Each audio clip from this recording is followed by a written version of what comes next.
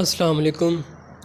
آج میں آپ کو سانس کا پھولنا، دمہ، نزلہ، زکام، پرانی کھانسی اس کا جو ہے علاج بتاؤں گا۔ بہت سے ایسے لوگ ہیں جن کو آج کل جو موسم ہے اس موسم میں جو ہے الرجی وغیرہ ہو جاتی ہے، نزلہ، زکام، کھانسی ہو جاتی ہے، اور کچھ جو ہے ان کو پرانا دمہ ہو چکا ہے، دمہ ہوتا ہے، سانس پھولتا ہے، سیڑھیاں چڑھتے ہوئے سانس پھولتا ہے، کھانسی رہتی ہے۔